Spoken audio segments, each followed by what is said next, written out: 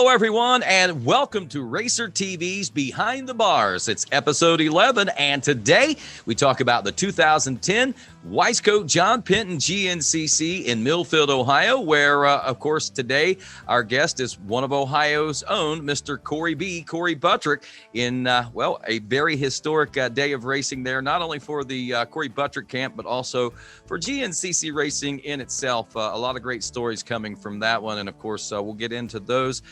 It was a time in GNCC when there was some transitions going on, and it was kind of pre the, I guess you could call it the Caleb Russell era. So there was a lot of craziness going on as far as people vying for the championship, and everybody was hungry. So you know that GNCC was doing very well and alive, and it's part of what helped build the type of foundation that we have today as far as GNCC racing is concerned. My name is Rodney Tomlin. I am the one of the voices, I guess you could say, of the Grand National Cross Country Championship, and of course a co-voice of the GNCC Racing Series presented by Specialized is my good buddy, Mr. Mikey Waynes. As we take this opportunity to welcome you out, Mikey, how are things going in beautiful Indiana, my friend?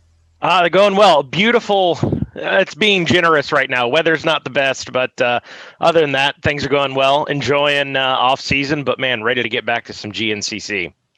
I hear you, man. About 30 days out now or under 30 days out now, from what I understand. So it's getting pretty exciting, no doubt about that. Second host today, our GNCC historian, Mr. Jared Bolton. And Jared, I know you've been pretty busy. I see you got the bikes already in some of the conference teleconferences we've been doing. You've been very busy this year, getting things set up and ready in the off season, ready for the season coming up, man. You've been pretty busy. People don't realize how busy you are, I don't think. Yeah, absolutely. You know, it's every year, you know, at the races, people say, so what do you guys do in the off season? And I go, man, we get ready for the next season. Yeah. You know, that's a full-time gig on itself. You know, we offload the sweet bikes that we have and offload the quads and the buggies. Those usually go back to our friends at Yamaha, and they sell them to their dealer network, and we sell our KTMs ourselves, which usually falls on me. And so when we get all those gone, about the time that they're all gone, we get the next group of them. So we get rid of some, we get new ones, and it's right back to work getting those set up. You know, they need graphics and you know, the other random things that we need. And then, of course, you know, I order all of our staff clothing and all of that kind of stuff. So it's really, really nonstop for me, even though it seems like, hey, that guy probably sits around and doesn't have to do much all winter. That's not the case at all. No, he only doesn't work at the races. No. Shots fired. I go ride a lap and just go sit in the woods and, you know, watch. That's your job, dude. I'm just playing with you, man. I'm just having fun, man. You know how it goes. But, you know, we go back to 2010. It was, like I said, it was one of those times in GNCC racing. It was post the U-Haul, post the David Knight era. You know, you had Wibbs there, you had Carney there, you had Nathan Canny was still there. I think he just got back from his big European tour, if I'm not mistaken, around that same time. Mikey Waynes, you may not be familiar with this time in GNCC racing, but this was an epic day, an epic time as far as I'm concerned in GNCC. And Jared, I think that maybe you might be able to back me up on this one, but did I not call this one a little bit on that day whenever there's a video out on YouTube that says, what about Corey Buttrick, man? And it was filmed at that race talking about this particular race. Am I not right? Yeah, you absolutely nailed it that day. That was like 2 races before I started working at the races. And call some of those this year. Yeah, Right. Exactly. Hey, Buttrick's on it.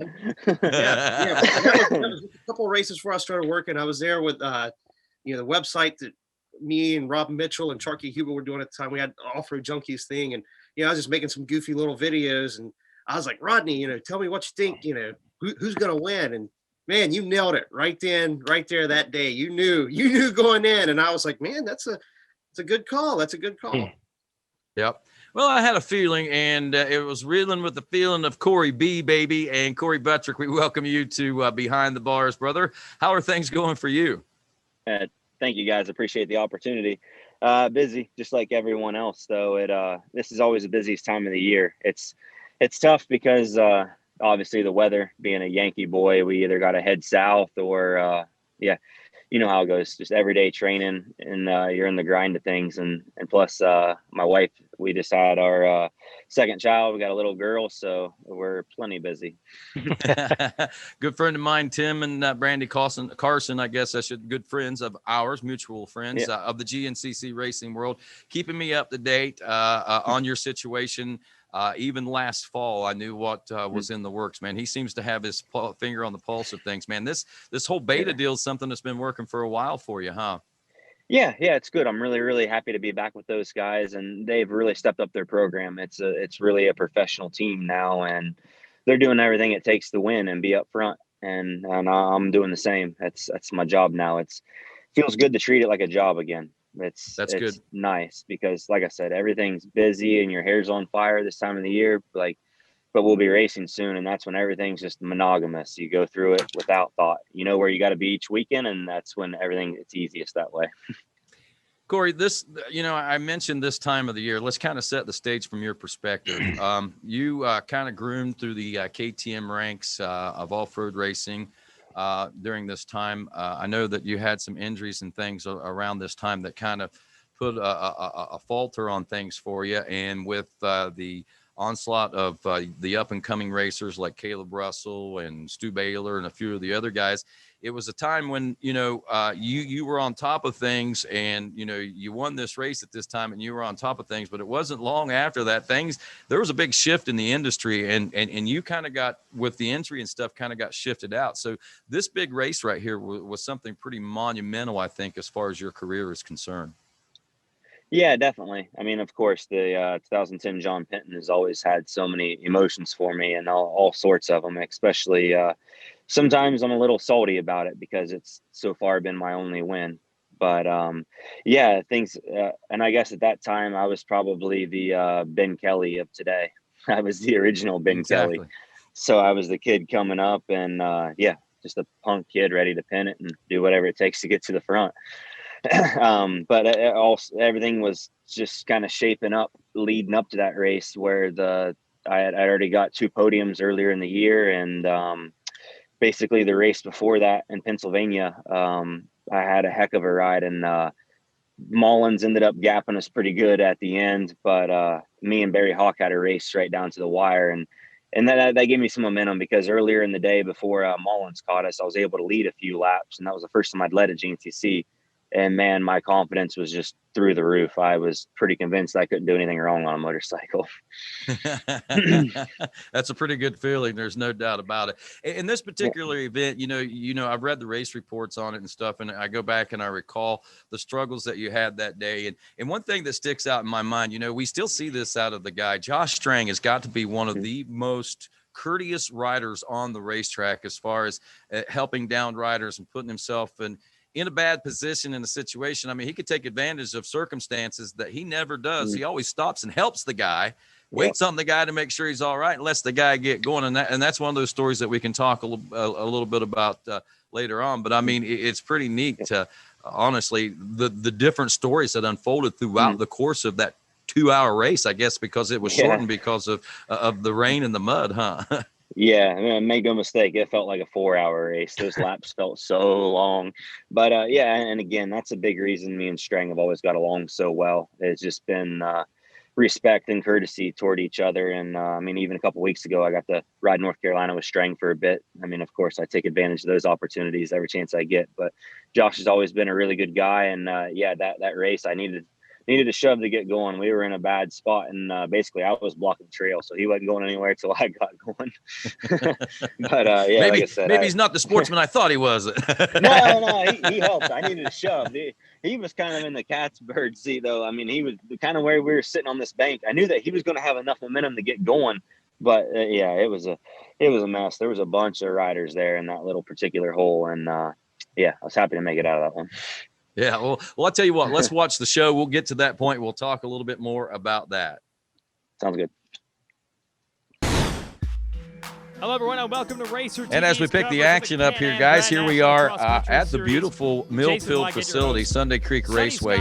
Corey, obviously now the oldest standing venue on the schedule, but, you know, it's held a near and dear place in your heart for a long time, even leading into this day, I think, huh? So the bikes, the mechanics, Yeah, there's so many parts about this race that, man, make it hold so much weight. This place is just the Penton name in general. It's just being from Ohio, it's always been a big deal, you know, and just being a local boy and having all the fans there makes it so cool.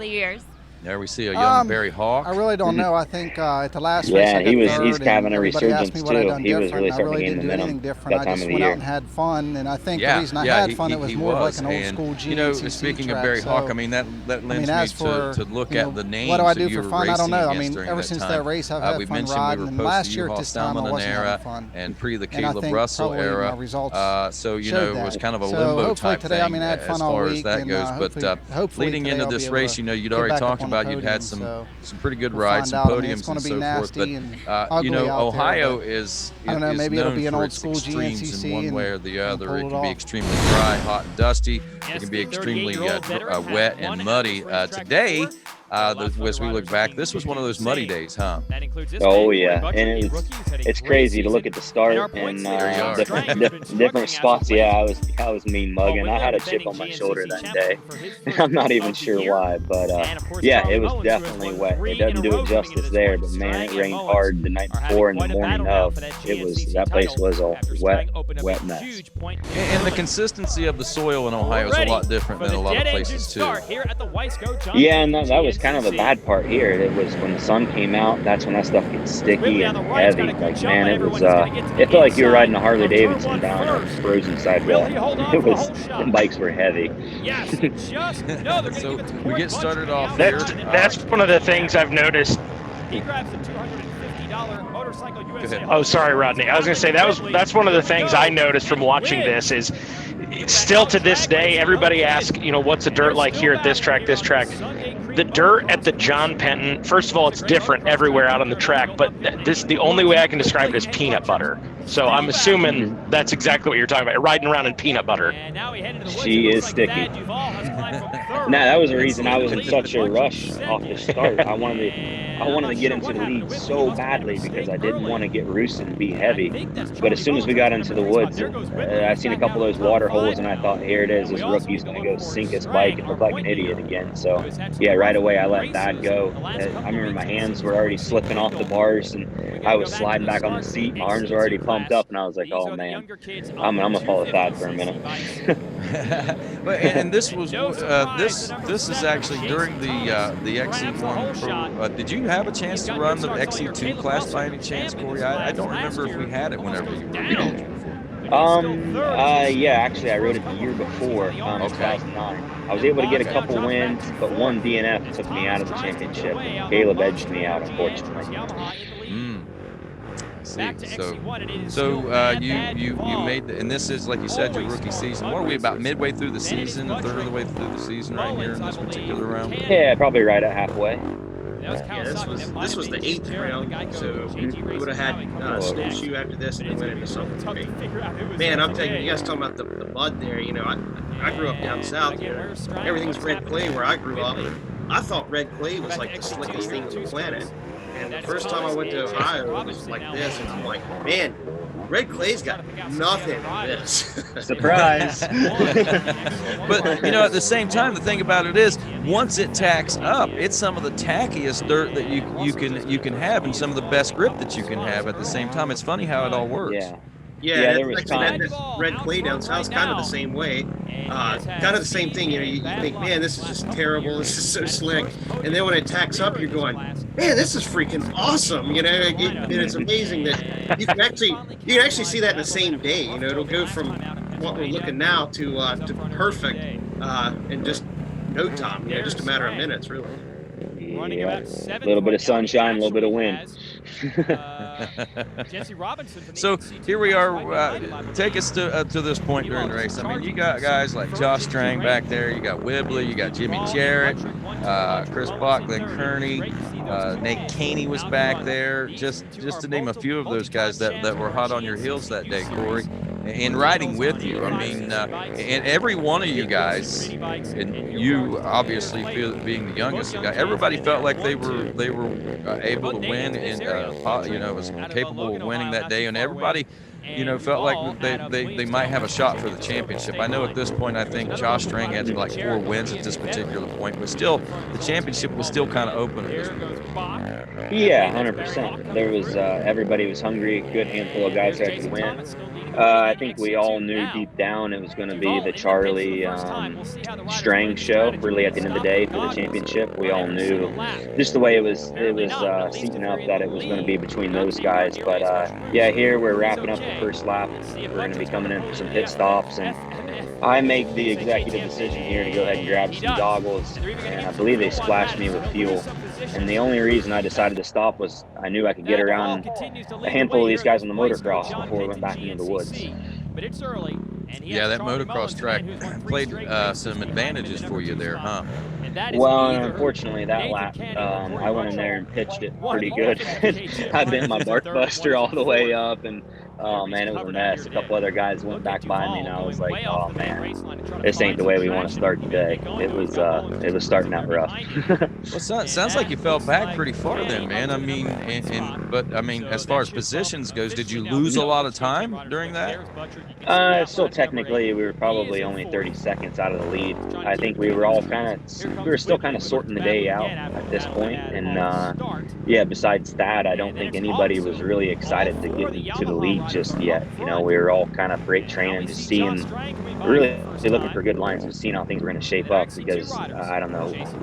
I still knew at the bottom of my heart it wasn't going to, you couldn't call the race until we got into the lappers. It was hard to say what they were going to hold. So at this point, traditionally we run a 3-hour race. Had we made the call for this to be only a 2-hour race before the start of the race? Did you know it was only going to be a 2-hour race, or was that a call that was made during the race? Yeah, we found out right before the start. So it was a little easier to prepare for you. Like we said, it was a 2-hour race, but you said it felt like a 4-hour race at that particular time. Huh? Yeah, it was one of those days you just wanted to keep making it around. Every time we got back to the finish, you were happy and just kind of hoping and praying to see that 2-lap border, that white flag. And I remember at this point in the race, I got to thinking I was catching back up to Charlie was leading, I believe. And I was just thinking, man, you just got to try to enjoy it, because this race could be over at any minute. People were already starting to drop out, and I just told myself, don't take it too serious right now. Just try to stay up front and keep plugging. We'll see. Yeah, Jared, you can weigh in here anytime that you want, man. I mean, looking back at this right now, I mean, this doesn't really look much different than a normal race. I think, under these conditions at John Penton, I mean, we see this quite often, huh? Nothing's really changed as far as that goes over the years. Yeah, exactly. I'm personally not a very big fan of the mud, especially in what I do. It makes the weekends really, really long.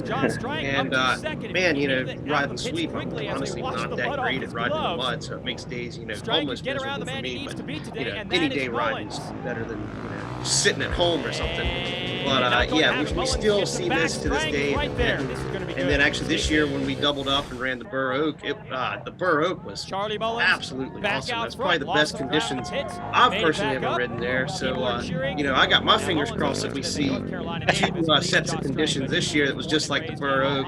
As cool as this is to watch, I really don't want to live through this again anytime soon.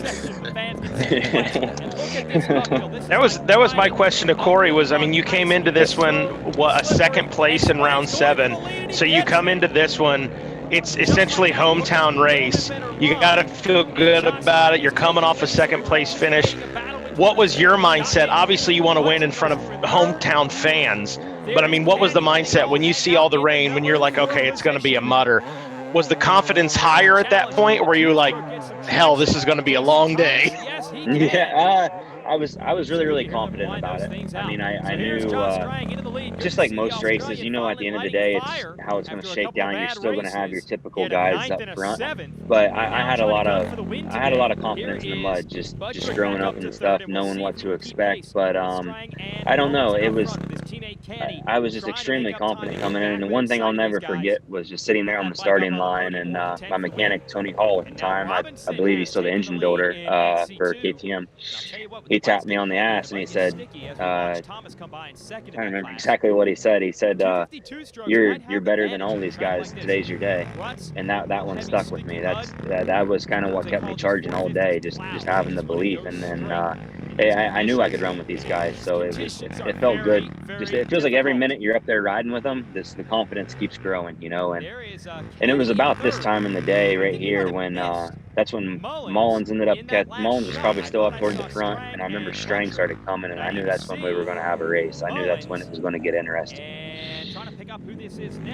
So, wow, I mean, that is when it got kind of interesting. I mean, the track, you know, it looked like earlier in the race, it didn't look so bad. You can see how chopped up and how chewed up it is, and how wide the course actually got, because it went from about a 6-foot swath through there to about a 30-foot swath through there, where people were just looking for traction, it looks like. Oh yeah, just like some of the nasty ones you can get past and not even know it. So the course changing constantly all day long, and that meant you know, the bad places were probably getting worse instead of better at this particular point, huh? Yeah, 100%. And you knew where all the bad spots were kind of going to be, but the craziest part is just not knowing where you were going to catch all the lappers. And of course, they're usually the ones that kind of make a section like that difficult. Hey, did you see how young the mulch pile was there, Mikey? Build up. yeah, that's so funny. I was just about to say that exact thing. Yeah, look how much different that's. Yeah, the mulch pile at that point was still good enough. You could, yeah, you could literally load up a truckload of that and head to the house. Yeah, that's right. Dude, it's evolved so much. The whole place has. But okay, so wow, what's going on here? Talk about this. This looks pretty tight right here. Right here, I just caught on to Strang. This is what, just like Jared was just talking about. This is when that dirt. This particular part of the track was that good sticky dirt where, yeah, it's peanut butter again. It makes you feel like you're Superman. And I was starting to feel racy, but I was still waiting to see if we were going to get the 2-lap board or the white flag, because I kept telling myself, I feel good, I have energy, and I was just waiting it out, just because I knew that was going to make a big that was going to play a big part in my decision. And when we come around here, we're getting ready. We end up getting the white flag, and that's when I told myself right now, I said, this is my chance. If I can get around Strang on the moto, and I got to get bikes between us. I knew that was the only way I was going to win. Get as many people between him and myself as I could, so I dropped the hammer, full-on sprint as hard as I could, basically 3/4 of the way into the lap, until I ended up getting stuck in this big bottleneck. And yeah, that's when it got interesting again. Wow, the confidence that you must have been riding with at that particular time, Corey. And Kaney, probably. Go ahead. 18. Yeah, at 18 years old. But Kaney was what there? Kaney was still in third at that point in time, and he was dropping the hammer. Looks like he's putting on a pretty good charge. And unfortunately, I think his bike lets go within the next couple miles, so that was a heartbreaker for him. But he was a fun teammate, man. I had a lot of good times with Nate. Yeah, Nate was this post his European tour? Is it an Italian tour? Yep. So he had a really cool riding style, and he hung it out, man. It was always neat to see. He was one of those guys that would keep you hungry because he wanted it so much, you know. And the most confident guy, and that's good. I mean, I'm not saying that in a bad way. He was one of the most confident guys that I think I ever met. Yep. He taught me a lot about that. I mean, even just belief in yourself, you know, because that guy obviously packed his bags up, went to Europe. He'd been through an entire life of racing here when I was really getting to know him and just getting to learn from him. Really, it was such a good experience. and I believe this right here is just past the mud hole, I believe, where I ended up getting stuck with string, and there was a good 20 bikes kind of sitting here in the main line, and I started pushing my way through, and I knew I had to get around this one last rider sitting here in this rut, and as soon as I was able to get around him, I dropped into the rut and felt the bike hit the frame, and I was like, oh man, we're stuck, this ain't good. I was able to get it out and get it going. Strang had to give me a shove. We're coming onto the motocross track here to take the win, and wow, it was kind of a numb feeling. It was really, really cool. Yeah, I was going to say, do you remember, do you recall when you see that from that angle, watching it on TV, do you recollect that through the eyes of the racer crossing that finish line? Oh man, just again, confidence. I feel like I could do no wrong on that dirt bike. If I wanted to stand up through this corner, I could stand up, and it just, man, it felt so confident. Just to feel like it was really, man, that's cool. Just feel like a turn in my career. Just even more confidence knowing that I could go win now. Yeah, let's listen in. I'm so happy right now. Like I said, it doesn't even feel real right now, but yeah, it's so cool. I mean, like going into the season, my goal was just podiums, you know, and being consistent. And even now, a podium to me is just as good as a win, because I'm riding with really now some of the best riders in the world. This is the top level, you know. Thank you, Auntie. And cover up my ear, it's swollen. But yeah, I mean, it paid off. I mean, and I don't know, is this 7th, 8th race, and I'm 18 years old and I already won my first XT1 race, so it's the best feeling, you know. Hopefully I can just keep getting some more of these and just keep being consistent and keep working towards a championship, you know. I mean, I'm just really happy. Yeah, that's awesome. How was the track out there today? It looked pretty crazy. Yeah, it was about the nastiest track I've ever rode in my life. It was miserable. Like, it was, I thought like Somerset was pretty bad, but like Somerset you could at least, you knew where some of the good lines were going to be, when today it was just every lap it changed so much. It was a lot worse than I thought it was going to be. It was absolutely terrible. Like, and then the last lap I ended up getting stuck, and then Strang gave me a push, and then I just rode my bike to the top of the hill to make sure that I wasn't in his way so I could walk back down and help him. He saw him getting his bike up, and then I saw Wibbly going around the mud hole, and I saw Keeney going somewhere else, and I was like, oh man, I got to take off. I was like, this is too crazy. Well, you made it. Great job today. All right, thank you very much. I appreciate it. Thank you. Yeah. Such a baby-faced Corey Buttrick. What a great memory for you, man. No doubt about that. It's funny. I thought I was a man then. Jeez. What did I know? There's some of the names from the XC2 Pro Lights class: Robinson, Watkins, Jason Thomas, and so many other likes like that. But pretty interesting, no doubt about it. Corey, the whole shot, you were up front battling all day long. You came through at the checkers. I mean, that certainly was a storybook day, there's no doubt. Yeah, most certainly. Hopefully, I really want to have some more repeat performances like that. He gets me so fired up watching this and hungry to ride. It makes me excited to get back to GNCC racing, man. I can't wait. We're counting down the days just like everyone else. And this was a glorious day, man. This is what it's all about. It's what we get paid to do. No doubt about that. And I've got a few questions as we wrap things up here that I'd like to ask you and to expand on, I guess I should say, about some of the topics that we were talking about there a few moments ago. Corey Buttrick, Chris Jason Wygant. Thanks for watching. And Corey, the one thing that, that I want to point out, you'd mentioned it earlier. You were kind of like the Ben Kelly, the Josh Toth of that era during that particular time, the up and coming rider. Tell me a little bit about, there's a couple things I want to talk about. I want to talk about the pace and the atmosphere of what racing was at that particular time. But, how after this race, how long was it before you injured yourself to where the wheels kind of fell off the program for you? So it was about a year after that where the first string of injuries really happened, and it started off with a concussion. Unfortunately, it was string that landed on me at Unadilla when we were running the motocross track backwards, just a little portion of it. And yeah, that was really where the wheels came off. He got you back then that day, huh? It sounds like. Oh, buddy, he did. We're even.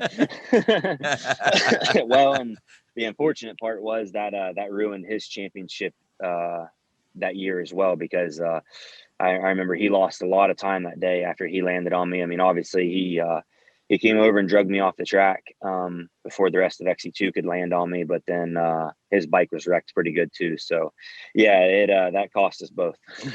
Yeah. So there's that era of sportsmanship we were talking about, drug him off the tracks and nobody else. Yeah, you can't say anything bad about the guy, can you? I mean, the flagger wasn't doing anything. I couldn't believe it. It wasn't. It was really 3 days before I gathered myself from that one and remembered my name, like my wife, my dog, and I had to relearn how to spell. Actually, it was a big setback. But Wow. He started texting me and he said, well, actually, I couldn't believe all the texts I started getting from other riders. They said, "Man, I'm so sorry I didn't see you." And I'm like, "What are you talking about?" And it was 5 or 6 people that texted me and said, "We landed on you too." And I was like, "Oh my God." I mean, I had no idea. Of course, I just think, man, Lord, we must have lucked out. We're yeah. Those are the bad days there. Probably glad that one isn't on video, and probably glad you don't recall that, to be honest with you. Yes, sir. That would be some major PTSD there. I would have to think. And I struggle with a lot of that from concussions, because I knocked my head again after that. Shortly after. It was before I didn't realize how serious the concussion stuff was, but right away knocked my head again and started having those PTSD, type of reoccurring issues. It's tough. I mean, they're tough to shake. Here we are 10, 12 years later. How are you doing now? Really, really good. I had basically not long after the concussion started, that was the first time I wasn't cleared to ride just yet, and I tore my ACL, MCL, meniscus, and I broke the tib, fib, and femur. So it was really, and I repeated that injury again exactly a year after that. So it was honestly 2 years after that that I didn't touch a motorcycle for 2 years, and but the only highlight though was my head was able to heal though. And I needed it. My brain needed it bad. So in the end, I believe it all worked out. It's unfortunate. I had another knee injury since then and other piddly things, but it's racing, man. But we still show up because it's what we want to do. It's where we want to be. Exactly. I had mentioned, and I'll let you guys weigh in here in just a second, but I just want to talk about the atmosphere today as opposed to what the atmosphere of GNCC was like in the pits and in racing in general.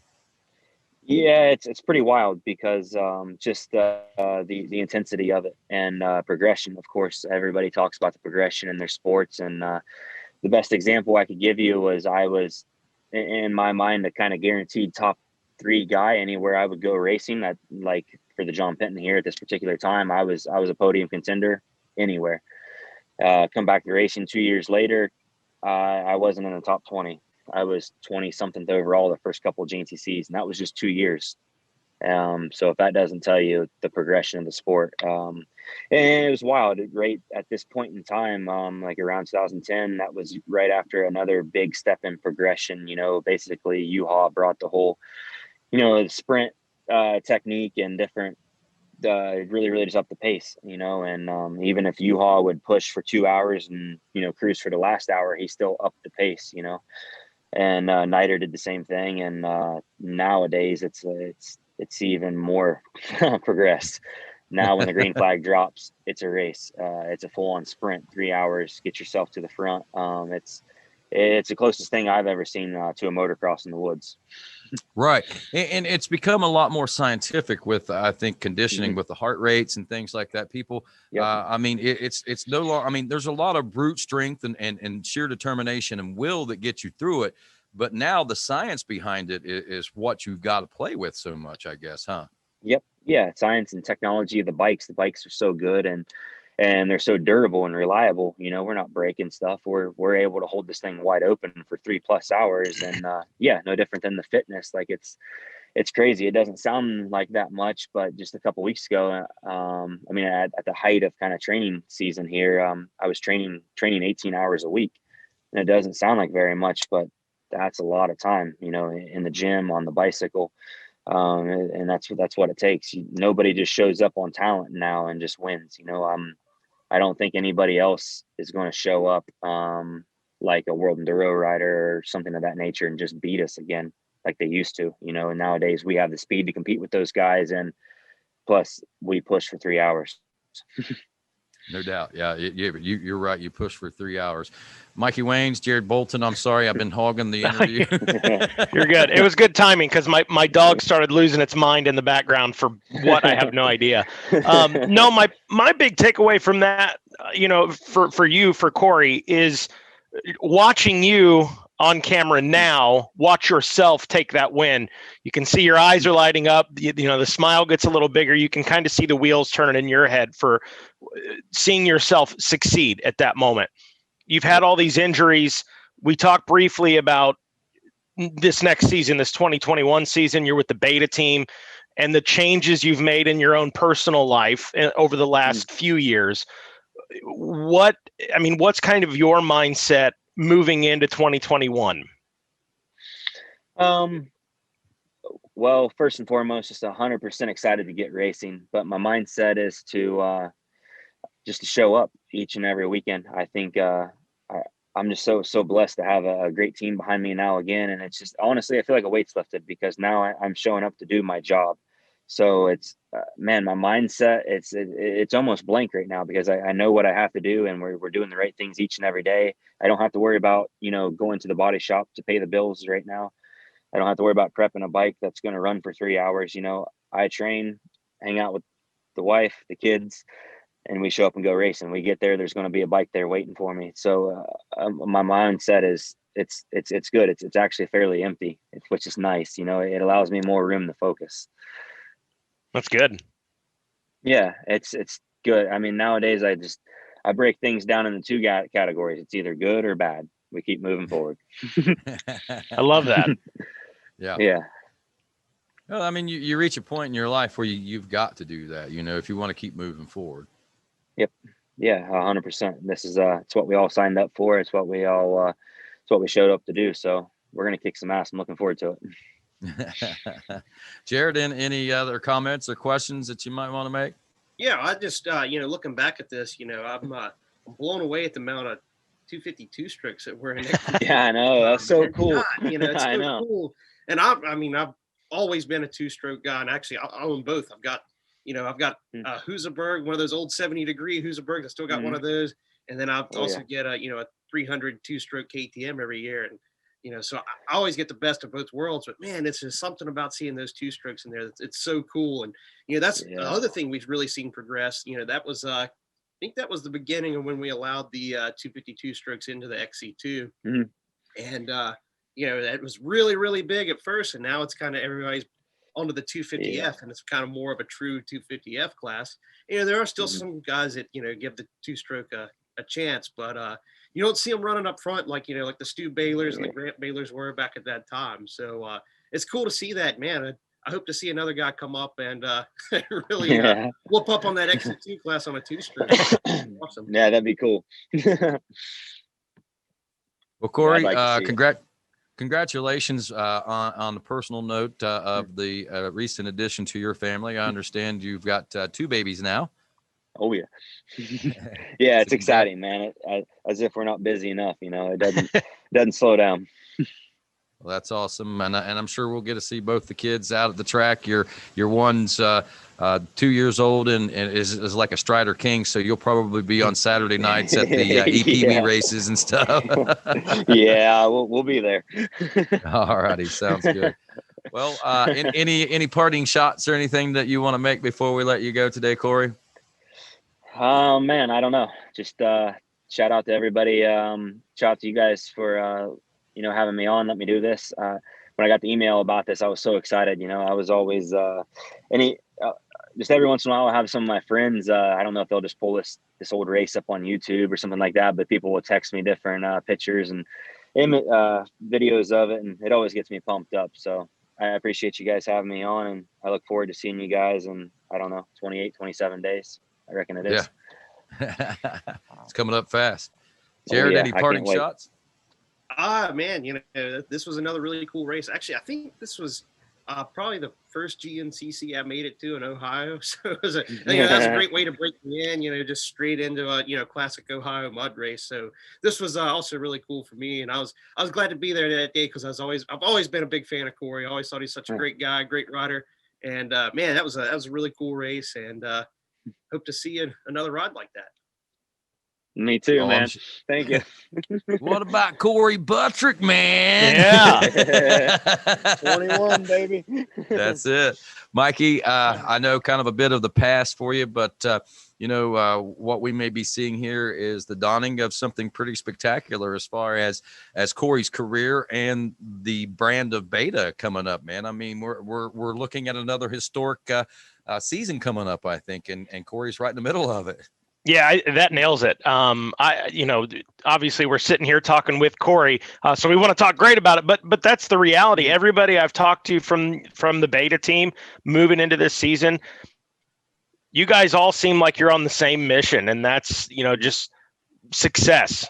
So I think you guys have got a great team, and I'm looking forward to seeing what the Beta USA team does in 2021, and maybe we get Corey Buttrick Part 2 at John Penton this year. Although I will say I wouldn't be mad if it wasn't a mutter, but we'll take it. We'll take whatever we get. You know what? I do have one thing to throw in there. Corey, you need to bring back the helmet paint job. The I've tried. Man, yeah, well, I don't know what to do. I asked everybody. I almost ventured away from 6D last year just because I was trying to find somebody to give me white helmets, and it didn't happen. I tried. So unless I was paying for the helmet, yeah, it's probably going to be probably ain't going to be yellow and orange.